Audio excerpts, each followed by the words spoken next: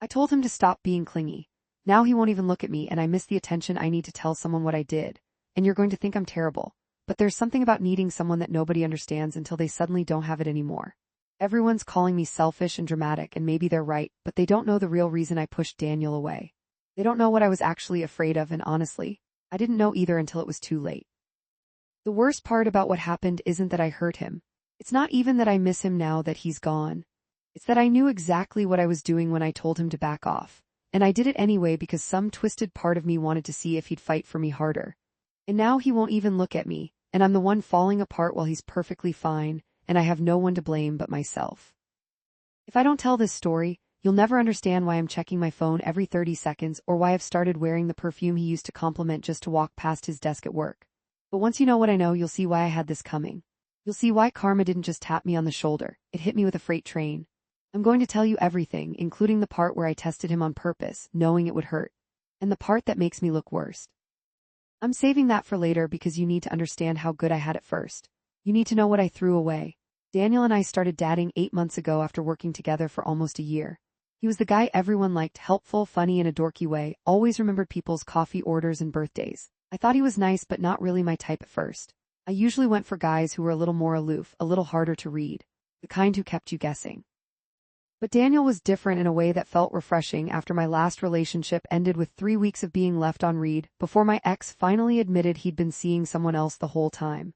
Daniel texted back immediately. He planned actual dates instead of just hanging out. He told me I looked beautiful even when I was in sweatpants with my hair in a messy bun. It was intoxicating at first. After feeling like I had to perform and compete for scraps of attention from guys who treated me like an option, being someone's clear priority felt like finally breathing properly. He'd bring me coffee in the morning before work, leave little notes in my bag when he knew I had a stressful day coming up, and always texted goodnight with some variation of how lucky he felt to know me. My friends were jealous. My sister told me I'd finally found a good one. Even my mom, who'd hated every boyfriend I'd ever had, loved Daniel. He came to my niece's birthday party without me even asking. He fixed my dad's laptop. He was perfect. And that should have been enough. That should have been everything. But somewhere around month 4, something shifted in me. Or maybe it didn't shift, maybe it was always there, and I just started noticing it more. The good morning texts started feeling like obligations I had to respond to. The coffee deliveries felt like check-ins. When he'd ask about my day, I started feeling like I was giving a report to someone monitoring me. I told myself I was being ridiculous. This was what I'd wanted, wasn't it? Someone who actually cared, someone who showed up, but then he started doing this thing where he'd double text if I didn't respond within an hour. Nothing aggressive, just a "Hey, you okay? Or did I say something wrong?" And I started feeling suffocated by the concern. Like I couldn't just be busy or not in the mood to chat without it becoming a whole thing. My best friend Mara noticed I was getting annoyed. We were at brunch one Sunday and I was ranting about how Daniel had shown up at my apartment the night before with soup because I'd mentioned in passing that I felt a cold coming on. "That's so sweet though," Mara said, confused by my frustration. "I know it's sweet," I snapped. "That's the problem, it's too sweet. It's like he's always there, always checking on me, always wanting to know what I'm doing and if I'm okay. I can't breathe." Mara gave me this look I couldn't quite read. "Most girls would kill for a guy who actually gives a shit." "Well, maybe most girls don't mind being treated like a pet that needs constant monitoring," I said, immediately regretting how harsh it sounded. But I didn't take it back, and I didn't examine why I was getting so defensive. The truth I wasn't ready to admit yet was that Daniel's attention had started to feel less like love and more like proof that he needed me more than I needed him. And somewhere in my messed up brain that made him less attractive. It made him feel smaller somehow. I know how that sounds. Believe me, I know. Just when I thought things couldn't get worse, Daniel started talking about meeting his extended family. His cousin was getting married in 2 months, and he wanted me to come as his date. He was so excited about it, talking about how his grandma would love me and how he couldn't wait to show me his hometown. I felt a wave of panic so strong I almost said no right there. Instead, I said I'd have to check my schedule, which was stupid because we both knew I didn't have anything planned. He looked a little hurt but smiled and said, "Of course, no pressure, just let me know." That no pressure made it worse somehow. Like he was trying so hard to be accommodating that he didn't even have a spine about the things he wanted. I started pulling away after that. Not all at once, but in small ways. I'd take longer to respond to texts. I'd be less available for our usual midweek dinner dates. When we were together, I'd be on my phone more, creating little pockets of distance. And here's the really messed up part, I wanted him to notice. I wanted him to get frustrated or annoyed or something that showed he had an edge to him. I wanted him to be less available, to make me chase him a little, to prove that he didn't need me as much as he seemed to. But Daniel just adapted. He'd text less frequently, give me more space, ask gently if everything was okay, which somehow made me even more irritated because he couldn't even get upset properly. He just kept being understanding and patient and perfect. Everyone online thought we were relationship goals. I'd post a picture of us, and dozens of comments would flood in about how cute we were, how lucky I was. My Instagram looked like a highlight reel of the perfect relationship. Candid shots of us at restaurants, his arm around me at concerts, that one photo of him kissing my forehead while we waited for coffee. But privately, I was feeling more and more trapped.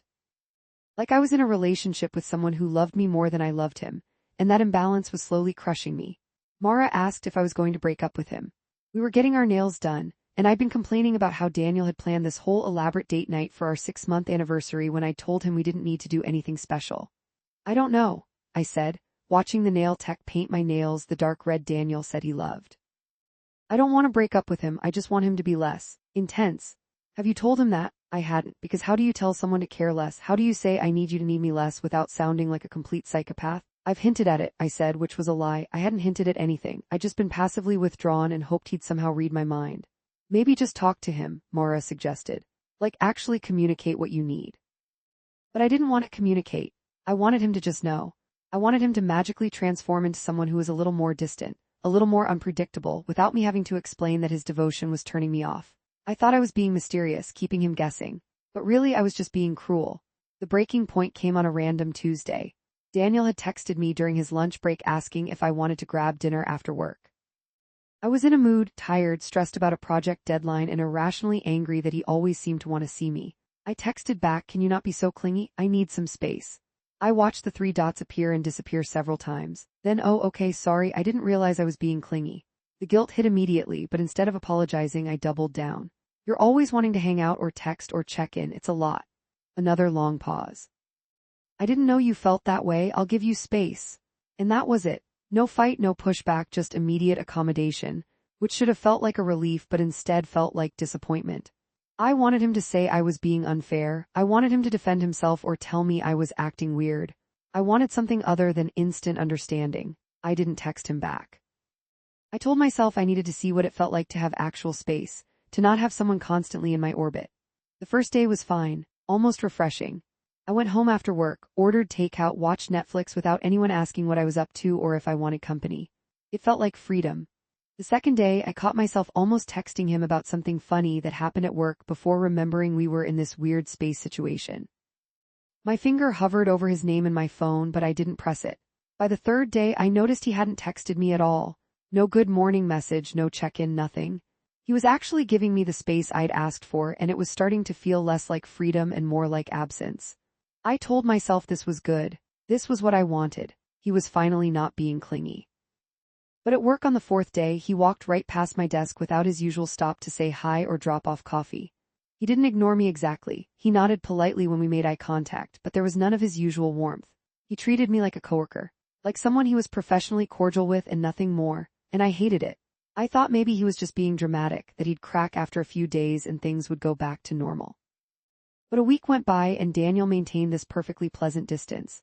He was friendly when we had to interact for work, but there were no personal conversations, no lingering at my desk, no inside jokes. He'd essentially given me exactly what I'd asked for. He'd stopped being clingy. Mara asked how the space was going. "It's fine," I lied. "Good, actually healthy." "You look miserable," she observed. "I'm just tired."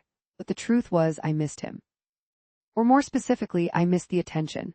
I missed having someone light up when they saw me. I missed the texts and the coffee and the feeling of being someone's favorite person.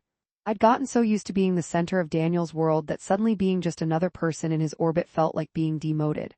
I started doing small things to get his attention, wearing the dresses he used to compliment, timing my coffee breaks to match his, mentioning things I knew he'd usually comment on or ask about. He stayed polite and distant. I posted a photo on Instagram, me looking sad and contemplative with some vague caption about missing people who used to be there. It got tons of comments, but none from Daniel. He didn't even like it. 2 weeks after our text exchange, I saw him laughing with Jessica from accounting in the break room. She was showing him something on her phone, and he had that genuine smile I used to think was reserved for me. They looked easy together, comfortable. When he walked away, Jessica watched him go with this little smile that made my stomach drop. I cornered Mara at lunch. "Is Daniel talking to someone else?" She looked uncomfortable. "Why would you care? You told him to back off." "I didn't tell him to start flirting with Jessica." He's not flirting with Jessica, he's being normal. You just can't handle not being the center of his attention anymore. Her words stung because they were true. I'd pushed him away, but I'd expected him to hover nearby, ready to come back the second I changed my mind. I hadn't expected him to actually move on. I made a mistake, I admitted. I was too harsh. So tell him that. But my pride wouldn't let me. I told him he was clingy and he'd stopped being clingy. Admitting I'd been wrong felt like admitting I didn't know what I wanted, which felt like admitting I was the problem. Instead, I tried to engineer situations where we'd have to talk. I volunteered for the project he was leading. I asked questions I already knew the answers to. I laughed a little too loud at things he said in meetings. He remained professionally friendly and personally unavailable. 3 weeks in, I broke down and texted him. Hey, I think we should talk. He responded 4 hours later. Sure, what's up? Can we grab coffee or something? I'm pretty busy this week. Is it about the Henderson project? No, it's about us. Another long pause. I thought you needed space. I'm trying to respect that. What if I don't need space anymore? Then I think you should take some time to figure out what you actually want, because I can't keep adjusting myself to match your changing needs. It's exhausting. I stared at the message in shock. Daniel had never been anything but accommodating. This version of him, the one with boundaries and self-respect, was completely unfamiliar. I know what I want, I typed. I want to talk to you. I don't think that's a good idea right now. I'm working on respecting your boundaries and figuring out my own. Let's just keep things professional for now. Professional. Like we were colleagues forced to collaborate, not people who'd spent months building something together. I wanted to scream. I wanted to show up at his apartment and demand he explain why he'd given up so easily. But I knew I couldn't, because he hadn't given up. I'd pushed him away and he'd actually listened. Everyone thought I was fine. My social media still looked perfect. I'd gotten good at the filtered version of my life, posting just enough to seem happy and busy without revealing that I was checking my phone constantly, hopping for messages that never came. But privately, I was unraveling. I'd lie awake at night remembering all the little things I'd found annoying that now felt precious. The way he'd send me songs that reminded him of me. How he'd know I was stressed before I even said anything. The security of being with someone who was all in, no games, no ambiguity. I thought his certainty about me was weakness. But now, watching him maintain his distance with the same quiet determination he'd shown in pursuing me, I realized it was strength. He knew what he wanted, and when I told him I didn't want the same thing, he'd actually believed me and acted accordingly. I was the weak one. The one who couldn't decide what I wanted until I didn't have it anymore. The one who needed constant validation but resented anyone who gave it. The one who mistook consistency for boredom and devotion for clinginess. Mara stopped being sympathetic around week 4. You need to either actually talk to him or let it go, she said. This passive-aggressive posting and conveniently being wherever he is, it's getting pathetic. I tried to talk to him, he said no. Then respect that. You told him to back off and he did. You don't get to change your mind and expect him to just be available whenever you're ready. So I'm just supposed to accept that I ruined everything? Yes, she said bluntly. That's exactly what you're supposed to do. You wanted to see if he'd fight for you, and instead of fighting, he respected your words. And now you're upset because he had the self-respect to take you seriously. I hated that she was right. I hated that I'd created this situation by testing someone who'd never given me reason to doubt him. I hated that I'd thrown away something good because I couldn't handle the vulnerability of being loved more than I loved in return. But more than anything, I hated that I still hadn't learned my lesson. Because even knowing all of this, I couldn't stop wanting his attention back. I couldn't stop engineering ways to be near him. I couldn't stop checking if he'd viewed my Instagram stories or noticing who he talked to at work. I'd become the clingy one and he'd become the one with healthy boundaries. The irony wasn't lost on me. 5 weeks after that text exchange, I saw him at a work happy hour. I debated not going, but Mara convinced me that hiding would make everything worse. So I showed up, wore the dress I knew he liked, and pretended I wasn't hyper-aware of his every movement. He was talking to a group that included Jessica. I positioned myself nearby, laughing at something our coworker Mike was saying while tracking Daniel in my peripheral vision. At one point, our groups merged, and suddenly we were in the same conversation circle. It was the closest we'd been in weeks, and I could smell his cologne, the same one I bought him for his birthday because I loved how it smelled on his neck. Someone made a joke and everyone laughed. Daniel's eyes met mine for just a second, and I saw something there, not anger, but something worse. Indifference. He looked at me the way you'd look at anyone, with polite friendliness and absolutely no depth. I excused myself to the bathroom and barely made it into a stall before the tears came. Not pretty crying, but the ugly, gulping kind that makes your whole body shake. I'd done this to myself and I couldn't undo it. I tested someone's love to see how much they'd tolerate, and it turned out the answer was less than I'd thought, less than I'd hoped. When I finally pulled myself together and came back out, Daniel was leaving. Jessica was getting her coat too, and they walked out together, not touching but comfortable in each other's proximity. Mara appeared beside me. You okay? Are they together? Asked, I don't know, does it matter? It did matter. It mattered so much that I felt physically sick at the thought of him looking at someone else the way he used to look at me, of him texting someone else good morning, of him bringing someone else coffee and leaving notes in their bag. I fucked up, I whispered. Yeah, Mara agreed. You really did. I went home and did something I'm not proud of. I scrolled through all our old messages, rereading conversations from when things were good. His messages were so full of genuine affection, asking about my day, remembering small details I'd mentioned, making plans for our future. And my responses got progressively shorter and less enthusiastic as the months went on. I could see it happening in real time, the slow withdrawal, how he'd send paragraphs and I'd send back a sentence, how he'd suggest dates and I'd say I was busy without offering alternatives, how he kept trying and I kept pulling back, always leaving him slightly off balance. And through all of it, he'd remained kind. Even when I was being distant, even when I was clearly losing interest, he never got mean or passive-aggressive. He just kept being himself, hoping that would be enough. But it wasn't enough because I didn't want enough. I wanted to want what I couldn't have. I wanted to chase someone who was running away, not be chased by someone who'd already caught me. I thought about texting him, really putting it all out there. Telling him I was sorry, that I'd been scared of how much he cared because it meant I had the power to hurt him, and having that power made me feel responsible for his happiness in a way that terrified me. That it was easier to push him away than to risk being the person who disappointed him eventually. But I didn't send it. Because even in my moment of clarity, I was selfish enough to know that confession would be more for me than for him. It would be asking him to make me feel better about the hurt I'd caused, and he'd already given me enough emotional labor. 6 weeks after I told him he was too clingy, I finally accepted that he wasn't coming back. He'd created a life that didn't revolve around me and I needed to do the same. Except I couldn't.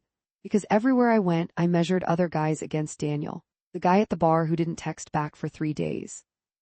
I spent those 3 days obsessively checking my phone, feeling the anxiety I'd accused Daniel of causing with his consistent communication.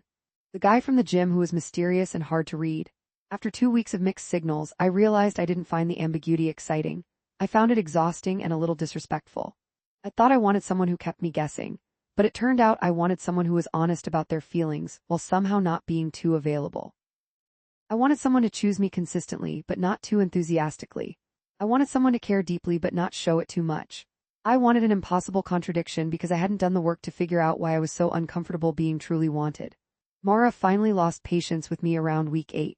I was complaining about how hard dating was, how all the guys out there played games and couldn't communicate, and she just stared at me.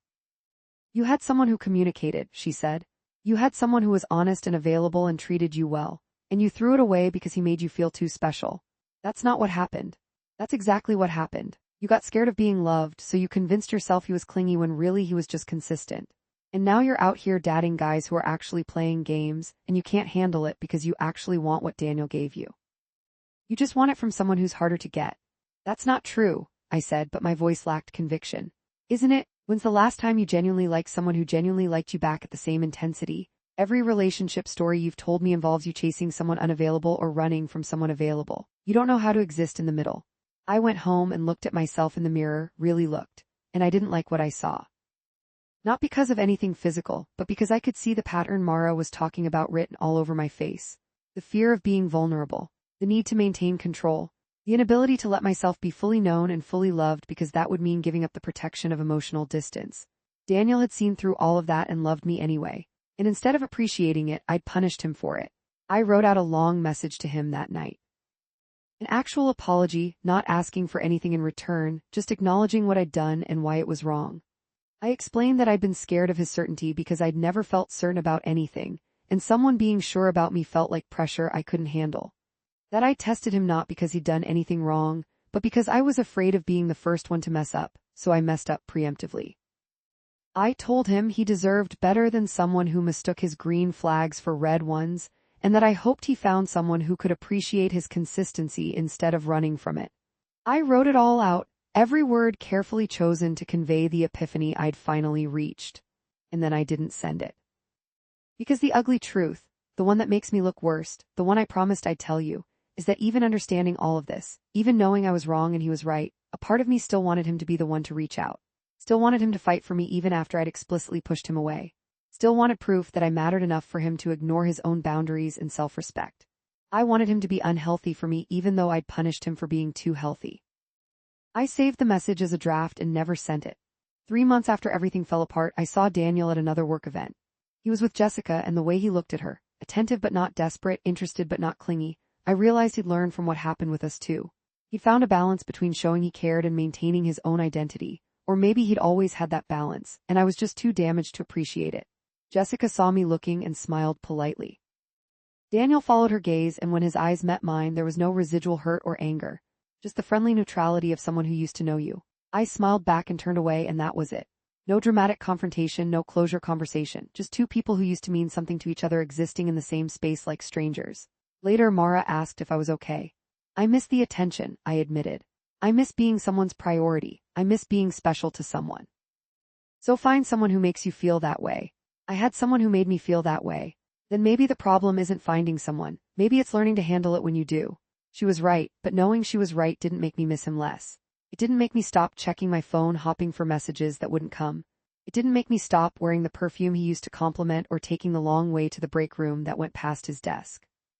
I told him to stop being clingy, and he did. He'd respected my words, adjusted his behavior, and moved on with his life. And I was stuck in this limbo of my own creation, wanting attention from someone I'd explicitly told to leave me alone. Everyone still thinks I'm fine. My Instagram is full of girls' nights and gym selfies and brunch photos. The comments roll in telling me I'm glowing, telling me I'm living my best life. Nobody knows I post those pictures and then immediately check to see if Daniel viewed them. Nobody knows I've started keeping my read receipts on hoping he'll notice when I read his rare work messages and maybe interpret my silence as something meaningful. It's pathetic, and I know it's pathetic, but I can't seem to stop. 4 months out, I went on a date with a guy named Marcus who reminded me a little of Daniel. Thoughtful, good conversationalist, seemed genuinely interested in getting to know me. We had a nice time, and at the end of the night he said he'd love to see me again. I'll text you, he said, and he did, the next morning, suggesting a specific day and time for a second date. I felt that familiar wave of suffocation. He was being too available, too eager. The thrill of the first date evaporated knowing that he was already sure about me. I waited 6 hours to respond, then suggested a different day that was further out. He agreed enthusiastically. When the date came, I found reasons to be less engaged, creating distance to see how he'd react. He noticed and asked if everything was okay. Instead of being honest, I gave him the same treatment I'd given Daniel, pulling back, being vague, creating a coolness where there had been warmth. By the third date, Marcus stopped texting as frequently, started suggesting plans less often, became the version of unavailable I thought I wanted, and immediately I wanted his attention back. That's when it fully hit me. This wasn't about Daniel or Marcus or any specific person. This was about me having no idea how to be loved without sabotaging it. It was about me being more comfortable in the chase than the catch. It was about me equating love with uncertainty and confusing anxiety with attraction. I canceled the 4th date with Marcus and told him I didn't think we were compatible. He was gracious about it, wished me well, and that was that. I thought about finally sending Daniel that apology I'd drafted months ago. But even that would be selfish, wouldn't it? Interrupting his life, his probable relationship with Jessica, just to make myself feel better about the mess I'd made. So I didn't send it. Instead, I started therapy. Not because I thought it would fix things with Daniel, that ship had sailed, and I'd been the one to push it away from the dock, but because I was tired of this pattern.